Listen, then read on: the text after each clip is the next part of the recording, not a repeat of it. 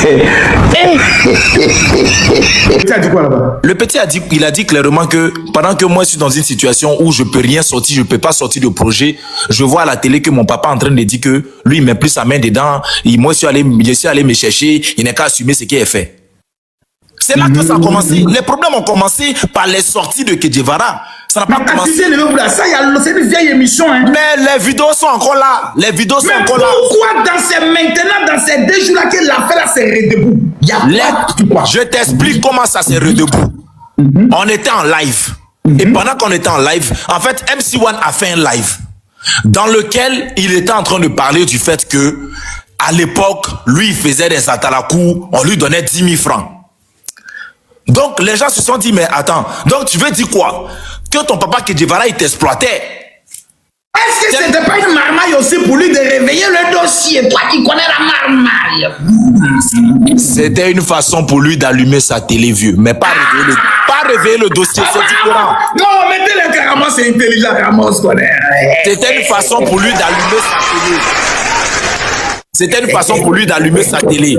Mais vous connaissez, quand tu es dans l'effet du direct, il y a des choses que tu peux sortir sans forcément, en fait, prendre en compte l'impact que ça peut avoir. Ramos, vous êtes un homme vrai. Oui. Est-ce que vous conveniez que le meilleur ami qui est monté hier dans le live de M. John a été envoyé par MC1? Donc, j'explique ce qui s'est passé. Je vais expliquer dans les détails tout ce qui s'est passé. Explique! Voilà. Donc, John maintenant qui lance... John qui lance son live. Quand John lance son live, il commence à allumer MC1. Petit ingrat, tu as fait ton live où tu parles du fait que le vieux Mogo Que Guevara... Est-ce que c'était pas aussi une tactique de John pour m'amailler là? Moi, je connais, on faisait des lives bien mal. On disait que ça défend vraiment après. On ne sait jamais. Je connais bien John, c'est un mamailleur aussi. John a trouvé un sujet de live, il exploite. C'est comme ça ça commence. Il a vu que le sujet de MC1, tout le monde peut faire le buzz. Ça peut faire le buzz, mais personne n'en parle. Donc lui, il a le flair. Parce qu'il a dit au live, il a le flair. Voilà. Peut-être qu'il a été payé. Il est un peu comme... Non, il n'a pas été payé. Parce que comment il commence le live... Non, je connais John, il n'a pas été payé. Il n'a pas été payé. Parce que j'étais là au début du live. Donc, la façon dont le live commence... c'est qu'il commence déjà à se poser des questions. Pourquoi MC1 fait ses sorties? Est-ce qu'il veut dénigrer son vieux Mogo? Est-ce qu'il veut montrer que, effectivement, ce que les gens disent de lui, il est vraiment jaloux, pardon, il est vraiment ingrat ou pas?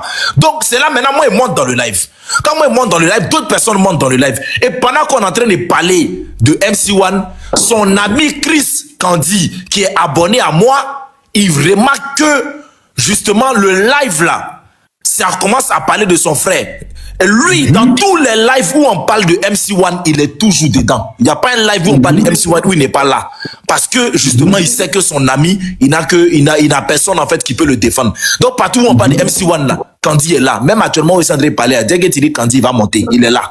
Partout où on parle de MC1, il est là. Donc, c'est comme ça qu'il monte dans le live. Et lorsqu'il monte dans le live, il parle. Mais là où tout va se gâter, là, c'est lorsqu'il donne une information très pertinente. Il dit, et je cite... Son ami a donné une information très quoi? Très pertinente. Comme on dit dans notre jargon ivoirien, il a cassé un papou. Hey! Son ami a cassé un papou. Il dit quoi? Il a cassé un papou. Il dit, MC1 même, on est en train de parler de lui ici, là. Hein? Et puis on veut faire comme si le vieux Mogo Que Guevara même là, il est blanc comme neige là. MC1 même là. Quand il était encore chez Que Guevara là, ses parents vivaient encore dans Barak. C'est là tout s'est gâté. C'est cette information qui a tout gâté.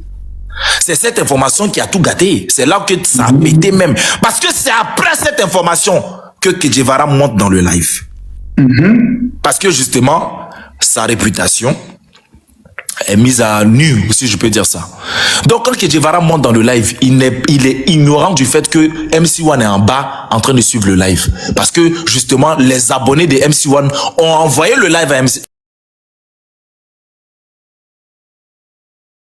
Et le live à Guevara. Donc, quand Guevara monte dans le live, il ne sait pas que MC1 est dans le live. Je répète, quand Kedjevara monte dans le live, il ne sait pas que MC1 est dans le live. Donc, mon meilleur ami est dans le live. J'arrive. Attends, vieux, j'arrive. MC1 est avec Ramos. Vieux, j'arrive.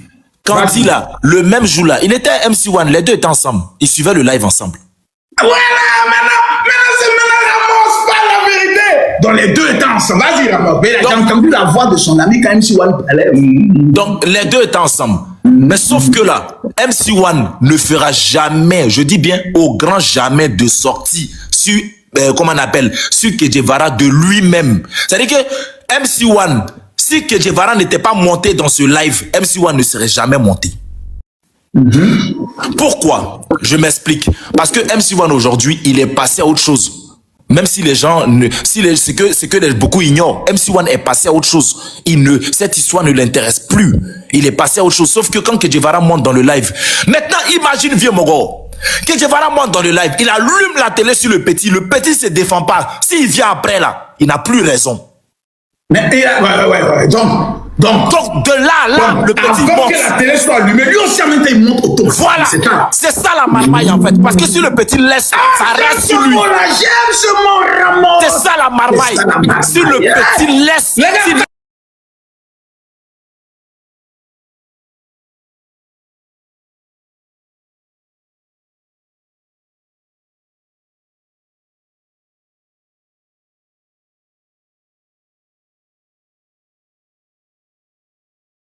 c'est fini. Que tu as abandonné, lui aussi il est dans pain. Donc c'est télé contre télé. C'est télé contre télé. Kedjevara a son honneur, a son image à protéger.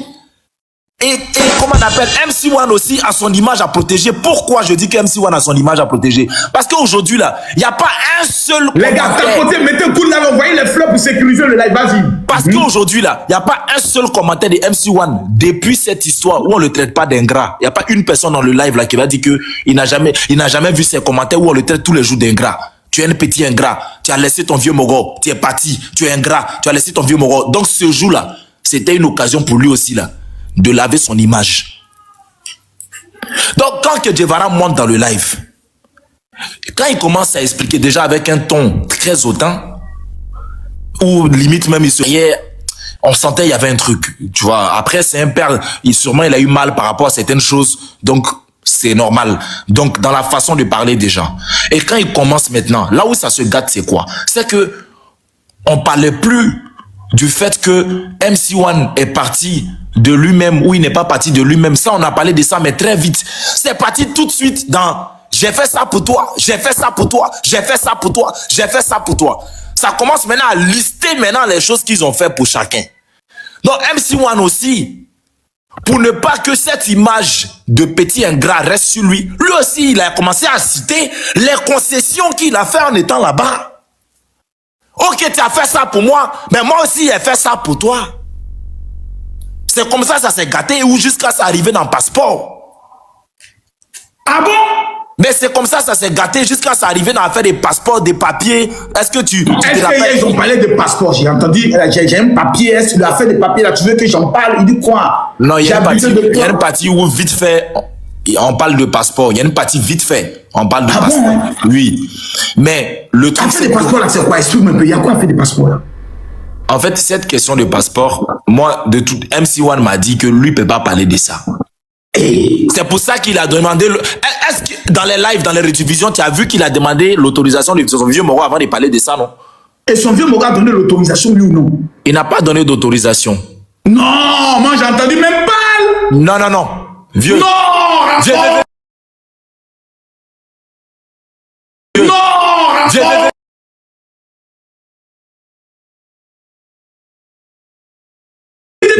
abusé de toi.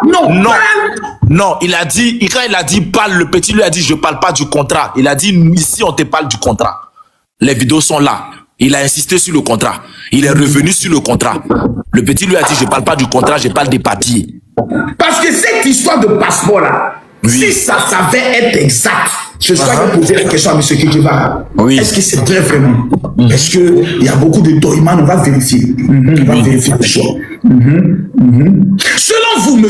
Ramos, vous qui avez une intelligence assez exceptionnelle avant le live de ce soir, comment, selon vous, une telle affaire peut être réglée?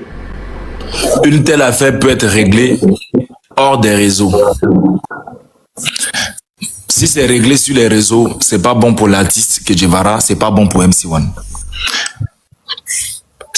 Sauf que c'est pas non plus bon pour le général parce que le général prend pas sa télé. Mais sinon, cette affaire-là, la seule personne habilitée en Côte d'Ivoire ici qui peut régler ça, c'est M. Makosso autour d'un champagne chez lui à la maison. Il appelle MC1, il appelle Kedjevara, asseyez-vous ici. Sauf que le père de la marmaille a besoin que les deux soient en face de lui pour allumer la télé. Donc c'est là la difficulté. Mais une affaire comme ça, elle ne se règle pas en ligne. On a vu ce que ça crée. C'est très malsain pour les deux. C'est très malsain pour les deux. Veuillez m'envoyer, s'il vous plaît, le numéro de M. MC1. Je vous l'enverrai tout à l'heure. Il bande bien maintenant. Je vais lui demander son autorisation. Beaucoup d'artistes qui sont montés chez Aya Robert pour dire qu'ils ont senti qu'il y avait un fou. Voilà. Déjà dans la façon de parler, déjà dans la façon de parler, dans la façon de le rabaisser, dans la façon même de comment on appelle, de minimiser sa carrière.